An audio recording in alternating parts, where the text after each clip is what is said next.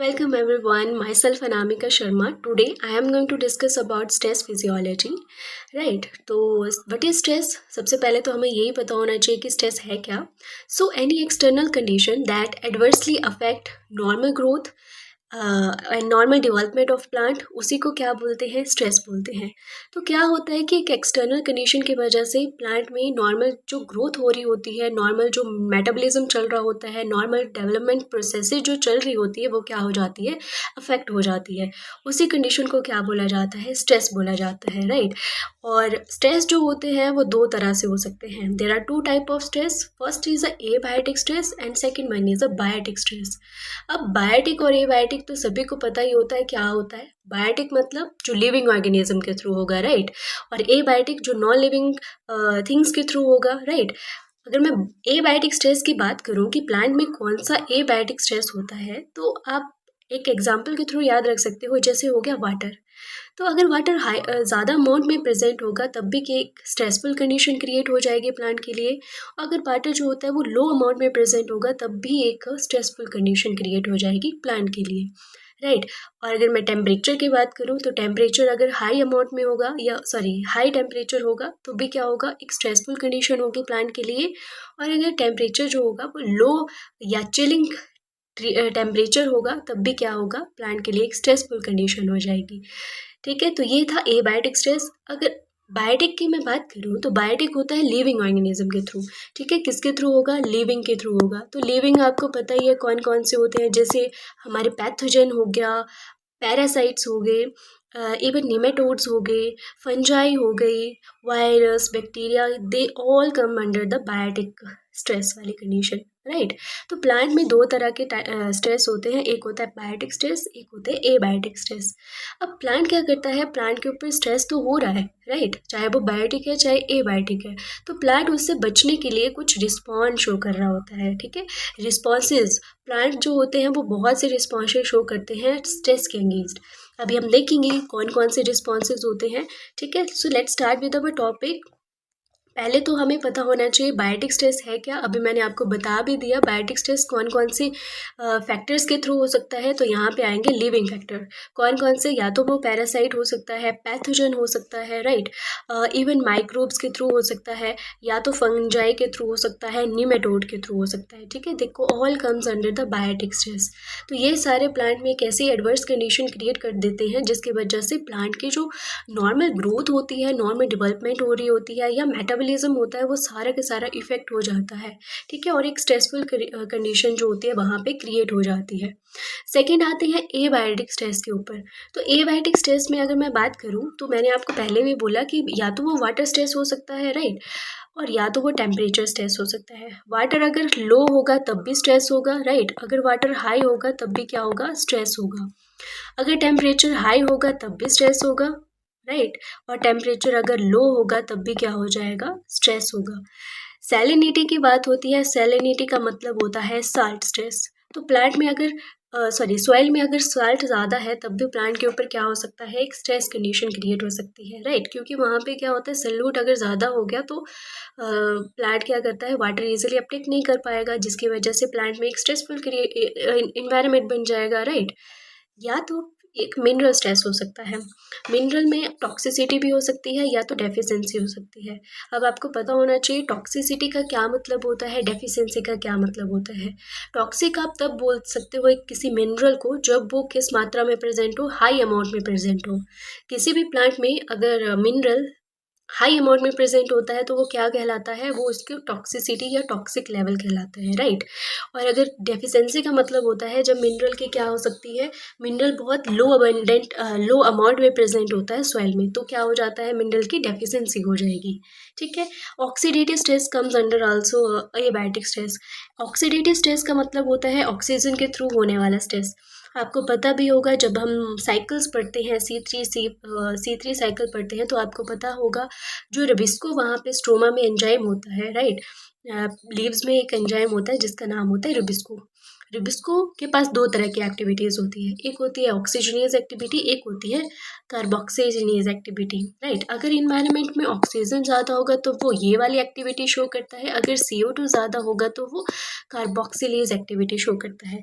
और अगर ऑक्सीजन उसके साथ बाइंड कर जाए रिबिस्को के साथ तो क्या होगा, तो यहाँ पे चलती है फोटो रेस्पिरेशन। क्या चलती है, फोटो रेस्पिरेशन, जिसको हम क्या बोलते हैं, C2 साइकिल, राइट। क्या बोलते हैं, C2 साइकिल, जो एक हार्मफुल प्रोसेस होती है प्लांट के लिए। तो ये भी एक स्ट्रेस हो सकता है, राइट, अगर हाँ कोई हार्मफुल प्रोसेस प्लांट के अंदर चल रही है।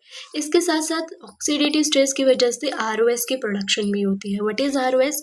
सो ROS is a reactive oxygen species, reactive oxygen species. तो यहाँ पे ये बनना शुरू हो जाते हैं, ऑक्सीजन की एक सिंगलेट ऑक्सीजन बनना शुरू हो जाती है, जो प्लांट के लिए एक हार्मफुल ऑक्सीजन है, राइट, जिसकी वजह से बहुत सी चीज़ें हो सकती हैं, ठीक है, डैमेज हो सकती है, प्रोटीन डैमेज हो सकती है। सो ये सारे के सारे क्या करते हैं, प्लांट की ग्रोथ को इफेक्ट कर रहे होते हैं, उसकी डेवलपमेंट प्रोसेसेस को इफेक्ट कर रहे होते हैं। So they all comes under the abiotic stress. फिर इसके बाद रिस्पॉन्स कैसे करता है प्लांट, कैसे रिस्पॉन्ड कर रहा है स्ट्रेस के अगेंस्ट। तो प्लांट में क्या होते हैं कि वहाँ पे या तो प्लांट का जो जीन एक्सप्रेशन होता है वो चेंज हो रहा होता है, उसका सेलुलर मेटाबॉलिज्म में चेंजेस आना शुरू हो सकते हैं, राइट। इसके साथ साथ डेवलपमेंट रेट चेंज होना शुरू हो जाता है।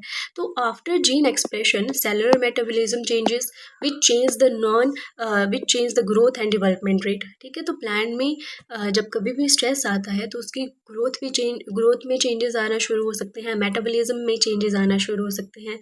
इसके साथ साथ प्लांट में फाइटो हार्मोन की सिंथेसिस होना शुरू हो जाती है। अब ये फाइटो हार्मोन क्या है, तो phyto as a name indicate they are the plant hormone. क्या है ये, प्लांट हार्मोन।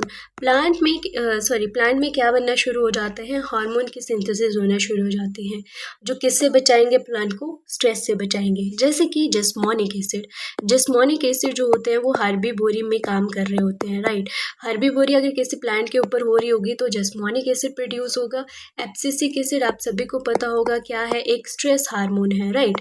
और इथाइलिन है यहाँ पे, तो ethylene is also produce against the stress. इसके साथ साथ एक और हार्मोन होता है जिसका नाम होता है सैलिसिलिक एसिड। तो जब कभी भी प्लांट के ऊपर पैथोजन अटैक करता है तो क्या प्रोड्यूस हो रहा होता है, सैलिसिलिक एसिड प्रोड्यूस हो रहा होता है।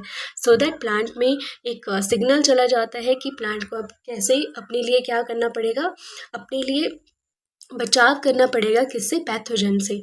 तो सैलिसिलिक एसिड की वहाँ पे प्रोडक्शन देखने को मिलती है, राइट। इसके बाद हम मैकेनिज्म भी करेंगे सैलिसिलिक एसिड का कि कैसे काम करेंगे, जस्मोनिक एसिड कैसे काम करता है। तो ये सारी चीज़ें प्लांट में क्या करती हैं, ये सारी चीज़ें प्लांट में प्रोड्यूस हो रही होती है ड्यूरिंग द स्ट्रेस, राइट। फिर इसके बाद क्या होता है कि प्लांट जो होते हैं दो तरह के रिस्पॉन्सेज शो करते हैं। फर्स्ट रिस्पॉन्स आता है एक्लेमेटाइजेशन का, राइट, और सेकंड आते हैं अडेप्टेशन वाला रिस्पॉन्स। अब ये एक्लेमेटाइजेशन क्या है, एक्लेमेटाइजेशन होते हैं टेम्पररी चेंजेस, राइट, और अडेप्टेशन जो होते हैं वो क्या होते हैं, they are the permanent changes. Temporary का मतलब होता है कि मान लो प्लांट के ऊपर स्ट्रेस कंडीशन पड़ी हुई है और प्लांट ने क्या करता है, थोड़े टाइम के लिए उससे बचने के लिए थोड़ी सी अपने अंदर चेंजेस लाता है, राइट। इसको हम बोल सकते हैं प्लांट क्या करते हैं, शॉर्ट टर्म फिजियोलॉजिकली एडजस्टमेंट करते हैं, अपने अंदर क्या करते हैं, कुछ एडजस्टमेंट करते हैं जिसकी वजह से वो स्ट्रेस से बच सके। तो वो क्या होता है, वही हुआ है एक टेम्परेरी चेंजेस, या हम बोल सकते हैं एक्लेमेटाइजेशन, राइट। और एक्लेमेटाइजेशन जो होता है वो नॉन हेरिटेबल होता है, ठीक है, जनरेशन टू जनरेशन पास नहीं होता, ठीक है, उसी प्लांट में होगा क्योंकि वो शॉर्ट टर्म के लिए होगा। बट अडेप्टेशन जो होती है वो एक परमानेंट चेंजेस होते हैं, राइट। परमानेंट का मतलब है वो जनरेशन टू जनरेशन भी पास होगा, और चेंजेस जो होंगे वो कौन से लेवल पे होंगे, वो होंगे जेनेटिक लेवल पे, राइट। जेनेटिक लेवल पे चेंजेस आपको देखने को मिलेंगे, या बोल सकते हो लॉन्ग टर्म एडजस्टमेंट क्या होती है, अडेप्टेशन। जैसे for example C3 plant to C4 plant, तो C3 प्लांट ने खुद को कैसे अडेप्ट किया हुआ है, उनमें क्या हुआ, कुछ अडेप्टेशन हुई जिससे C3 प्लांट किस में कन्वर्ट हो गए, C4 प्लांट में कन्वर्ट हो गए। क्योंकि C3 प्लांट में क्या चल रहा था, C3 प्लांट में चलता है C2 cycle, right, but C4 plant में C2 साइकिल नहीं चलता। क्यों, क्योंकि C4 प्लांट क्या है, दे आर द अडेप्टेशन, क्या है ये? अडेप्टेशन है किसकी? C3 प्लांट की, या आप बोल सकते हो C2 प्लांट का एंगेज अडेप्टेशन है C4 प्लांट। तो ये है एक्लिमेटाइजेशन और अडेप्टेशन के बीच में थोड़ा सा डिफरेंस जो आपको पता होना चाहिए, बहुत बार पूछ भी लिया जाता है, ठीक है। तो अगर आपको ये चीज़ें क्लियर है तो आपके आगे क्वेश्चन भी बहुत अच्छे से क्लियर हो जाएंगे। फिर इसके बाद प्लांट जब स्ट्रेस में होता है तो दो तरह से रिस्पॉन्स शो करता है। या तो प्लांट सेंसिटिव होगा स्ट्रेस के अगेंस्ट, अगर सेंसिटिव होगा तो प्लांट की क्या हो जाएगी? उसी टाइम डेथ हो जाएगी, राइट। ठीक है, सेंसिटिव चीज़ की क्या, सेंसिटिव प्लांट्स की क्या हो जाती है? डेथ हो जाती है। रेजिस्टेंस कौन से प्लांट होंगे? जो कैसे होंगे? टॉलरेंट वाले होंगे, ठीक है, जो स्ट्रेस को क्या कर सकते हैं? टॉलरेट कर सकते हैं। तो रेजिस्टेंस में क्या आएगा? ऐसे प्लांट जो स्ट्रेस वाली कंडीशन को क्या कर सकते हैं? टॉलरेट कर सकते हैं। तो प्लांट जो होते हैं वो दो तरह से होते हैं, दो तरह से काम करते हैं। या तो स्ट्रेस को अवॉइड करने का काम करते हैं, आप बोल सकते हो स्ट्रेस अवॉइडर है वो, या तो स्ट्रेस को टॉलरेट करने का काम करते हैं, या तो स्ट्रेस टॉलरेट प्लांट है। ठीक है, अवॉइडर का मतलब होते हैं वो कुछ अपने अंदर ऐसी चेंजेस या मॉडिफिकेशन कर लेंगे जिसकी वजह से स्ट्रेस जो होगा वो अवॉइड हो जाएगा। ठीक है, जैसे फॉर एग्जांपल सकुलेंट प्लांट आपने देखे होंगे, राइट। सकुलेंट प्लांट्स जो डेजर्ट में होते हैं वो अपने अंदर क्या करते हैं? मॉडिफिकेशंस करते हैं, right. They comes under the category of stress avoider plant. Waxy coating plant के ऊपर क्या हो जाती है? प्लांट अपने ऊपर क्या कर लेता है? एक वैक्स की कोट बनाना शुरू कर देता है, ठीक है, जिसकी वजह से वाटर लॉस भी रुक जाता है। थिक क्यूटिकल बनाता है प्लांट, कोई प्लांट्स थिक क्यूटिकल अपने अंदर मॉडिफिकेशन करते हैं। संकन स्टोमेटा बना लेते हैं प्लांट। संकन स्टोमेटा की वजह से क्या होगा? ट्रांसपिरेशन ज़्यादा नहीं होगा, राइट, वाटर लॉस कम होगा। स्कोटो ओपनिंग करते हैं प्लांट, रात को ओपन होंगे, राइट, दिन में बंद हो जाएंगे। तो इस तरह से प्लांट क्या करता है? स्ट्रेस को अवॉइड करने के लिए अपने अंदर कुछ स्ट्रक्चर मॉडिफिकेशन करता है, राइट। फिर आते हैं स्ट्रेस टॉलरेट प्लांट के ऊपर। अच्छा, कुछ प्लांट ऐसे होते हैं जो स्ट्रेस को टॉलरेट करने की कैपेसिटी रखते हैं। तो वो टॉलरेट किस हिसाब से करेंगे? क्योंकि उनके अंदर कोई भी मॉडिफिकेशन नहीं होगी, राइट। वो क्या बोलेंगे, वो क्या करेंगे? वो स्ट्रेस को टॉलरेट करने का काम करेंगे, ठीक है। वो अपने अंदर तो कोई मॉडिफिकेशन नहीं करेंगे। जैसे ऊपर हमने देखा कि अवॉइडर प्लांट क्या करते हैं? वैक्सीकोट बना लेते हैं, थिक क्यूटिकल बना लेते हैं, शंकन स्टोमेटा कर लेते हैं। बट स्ट्रेस टॉलरेट प्लांट क्या करेंगे?